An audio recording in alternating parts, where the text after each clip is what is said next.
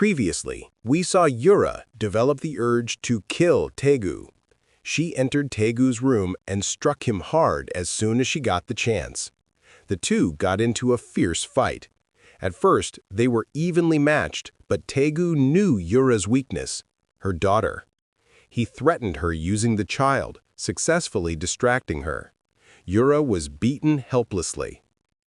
Taegu then ordered her to deal with Butterfly. Yura didn't want to. She had clearly been told earlier that she only needed to kill Wolf, but Taegu gave her no room to refuse. At this time, Dohoun was not home. He took an old group photo from the organization and went to find Butterfly, asking her about Director O. Butterfly confirmed that Director O was indeed a member of their organization in the past and had been the most outstanding child among them. As for the backstory Director O always talks about, it was completely fake. Butterfly asked Dohoun for help. She wanted him to rescue her daughter and granddaughter from Director O. Her past in the organization had always been a nightmare to Director O, and she often woke up screaming from dreams.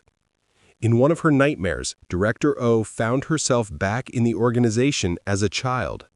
It turns out Director O was once a member of the same organization led by Yura and Taegu. They endured brutal training and were often forced to kill each other. During one training mission, Director O took the lead, snatching away the red ribbons that represented victory from all her teammates. But she was ambushed from behind. Director O pinned her attacker to the ground and beat them brutally. This moment was witnessed by two newly arrived children, Yura and Taegu. Dohoun sent Director O's recent photo and the old group photo to a friend, asking whether the two images featured the same person. His friend quickly replied they were indeed the same person. He also discovered that among the 15 children in the group photo, 12 had already died. Only 3 were unaccounted for. One of them was Director O. The other 2 identities were unknown. To help Butterfly find her daughter and granddaughter, Dohoun secretly tailed Director O and saw her buying loads of snacks and toys. From this, he confirmed that Butterfly's family was still safe. He immediately informed Butterfly. Meanwhile, unaware of everything, Director O was interrogating the newly captured MGB assassin. Knowing her usual methods, she was sure the assassin's loyalty was tied to his family being held hostage. She promised the killer that she would prepare a new identity for him, rescue his family, and give him enough money to escape abroad. But the tempting conditions didn't sway him. He didn't want to live abroad alone, separated from his family. Director O then opened her clothes slightly, revealing the scar on her chest, proof of her existence in the organization. She asked the killer where his teammates from the train mission were now. Eventually, he revealed a clue. Someone named Taegu had recently entered the country. He was the tower operator in the organization and might know some secrets. Director O immediately sent Xiaoli Qianqi to investigate Taegu. While going through recent immigration records, Xiaoli spotted Taegu's passport and remembered meeting him at the airport. He reported this to Director O. Taegu had been carrying a giant cello case, but the weight didn't feel like it contained a cello. Director O grew suspicious of Taegu. She soon found out he had a small company in Thailand, that he was a second-generation immigrant and had only recently returned to Korea for the first time. Director O then broke into Taegu's room, but Taegu had installed surveillance cameras. Every move she made was right under his watch. He had left behind a spare phone in the room. He called Director O with it, addressing her by her old code name, Peak, and mockingly reminisced about how impressive she used to be, unlike her current weakened self. After the call ended, Director O opened the cello case. Inside were documents, miscellaneous items, and a micro-ignition device. Startled, she quickly shut the case. But it was too late. Everything inside had already been burned. Not long after leaving Taegu's room, Director O received orders from headquarters. She was to stop investigating. Headquarters would take care of Butterfly themselves. Director O argued that Butterfly was the last remaining member of their group and extremely important, but the orders were absolute and couldn't be disobeyed.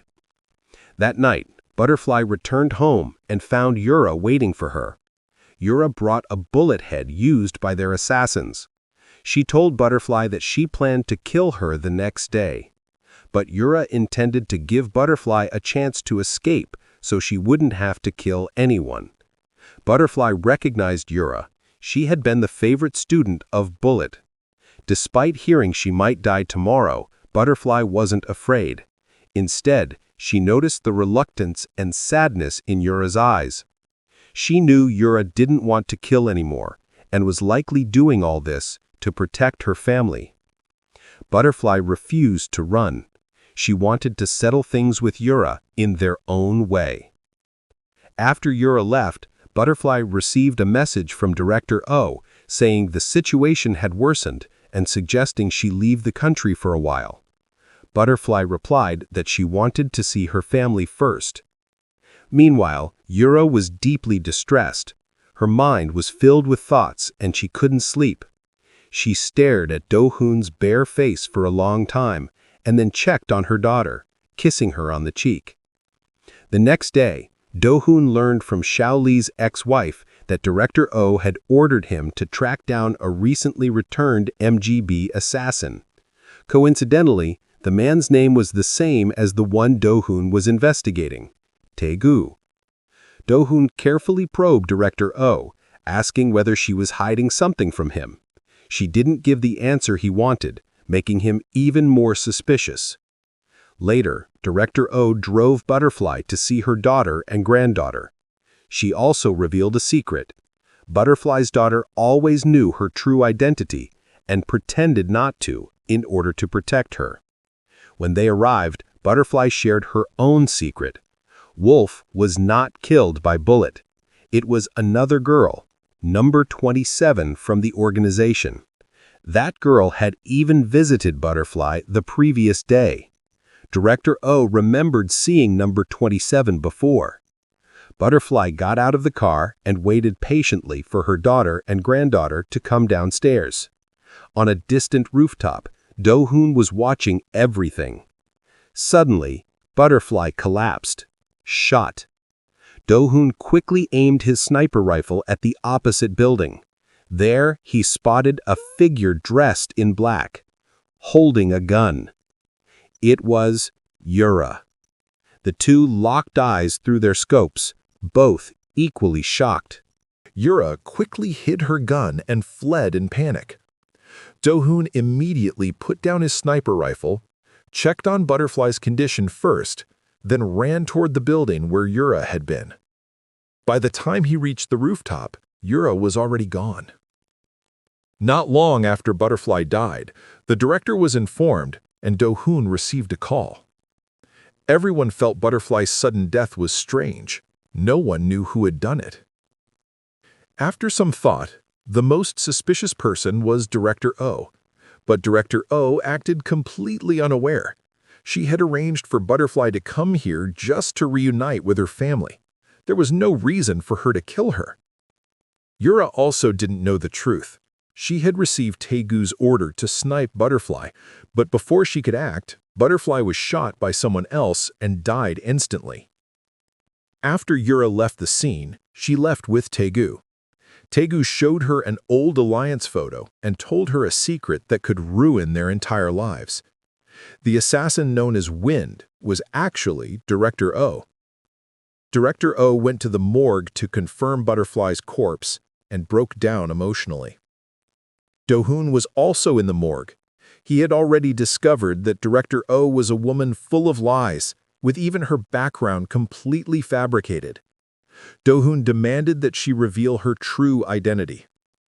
Director O slowly fell into her memories and explained what had happened. Years ago, when she was young, she served in an alliance. She naively believed she would become a warrior protecting her country. But in 1998, the Alliance suddenly ordered all documents to be destroyed. A man with the codename Warrior decided to kill all the children in the Alliance camp to show loyalty to the new government. But Bullet opposed him, believing it was too cruel. Butterfly stayed silent the entire time. Warrior threatened her family, forcing her to join his side. She had no choice but to agree. The purge of the entire camp still began. Yura and Taegu witnessed their companions dying right before their eyes. Bullet rushed to the camp after hearing the news. Seeing 2 survivors, he gave them his equipment and showed them a path to escape, begging them to stay alive. Moments after the children fled, Warrior confronted Bullet. They pointed guns at each other. A gunshot rang out. On their way out, Yura and Taegu also heard it. Then silence.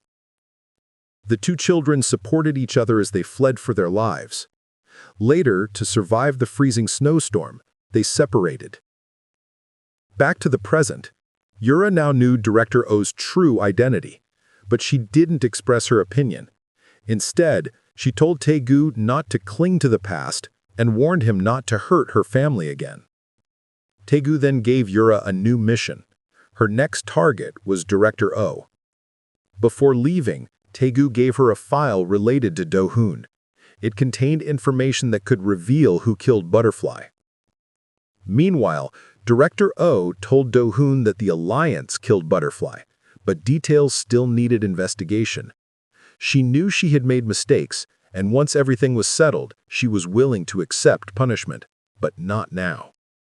She was the only living witness to the massacre, and had to tell the truth as her atonement for the innocent children.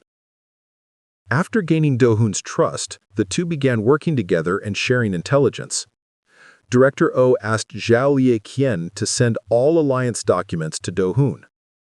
Dohoun opened them and found Taegu's personal information inside. But Director O didn't want Dohoun involved too deeply. Dohoun still had a family to protect. Speaking of family, the suspicious figure of Yura on the rooftop flashed through Dohoun's mind again. He called her several times, but she didn't answer. Yura wondered in a daze, thinking about the figure she saw earlier. After struggling with herself until nightfall, she finally gathered the courage to open the file. Dohoun's detailed work information was laid open before her eyes. Yura froze, unable to recover. At that moment, her daughter called, excitedly talking about something that happened with the boy she liked. As she listened, tears streamed down her face. Recently, Yura's daughter had been clinging to Taegu. Taegu initially tried to ignore her, but she was too adorable and he couldn't push her away. When the little girl tripped and fell, she even sang for him to cheer him up. Later that night, the organization called Taegu, questioning why he hadn't completed his mission yet. Taegu apologized and promised he would finish the remaining 2 targets. Sensing Taegu's unusual behavior, the organization secretly sent someone to investigate why he was distracted. Dohoun returned home. The couple pretended everything was normal and had a warm family dinner together. They lay in the same bed at night, both lost in thought, but neither spoke. The next day, Dohoun returned to the rooftop where Yura had stood and simulated the bullet trajectory. He believed Butterfly was not shot by Yura. He asked Xiaoliek Chen to retrieve the autopsy report, which confirmed his suspicion the bullet did not come from above. Butterfly was shot head-on, at equal height with the shooter. Dohoun returned to the scene, simulating the bullet's direction. After determining the angle, he used surveillance footage and locked on to a black car. At that moment, Xiaoliek Chen came to find Director O. He discovered that the director had also issued a kill order for Butterfly, and an MGD hitman previously arrested in a railway case had been in contact with the director. Meanwhile, Yura arranged to meet Director O.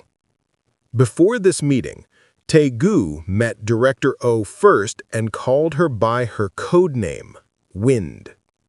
Taegu believed Director O must take responsibility for the Alliance massacre.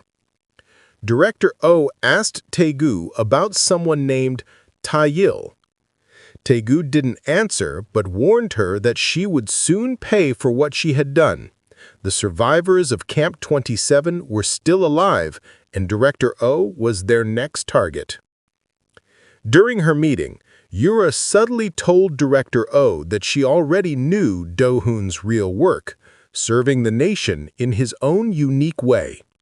She asked what Director O and Dohoun were investigating, hinting that Director O might be taking the wrong path. Before leaving, Yura said meaningfully, "Your smile hasn't changed at all from back then." This made Director O pause. Suddenly, she realized Yura's gaze felt incredibly familiar. It was identical to the eyes of the child from Camp 27. Today, the couple squeezed time out of their chaotic schedules to attend a parent-teacher meeting at the kindergarten. They looked distant despite arriving and leaving together. Afterwards, Dohoun continued his investigation. Xiaoliek Chen had already traced the location of the black car, even though it wasn't registered. Dohoun rushed to the location. Yura returned to her shop, thought for a moment, then grabbed her bag and left. When school ended, the daughter didn't come home.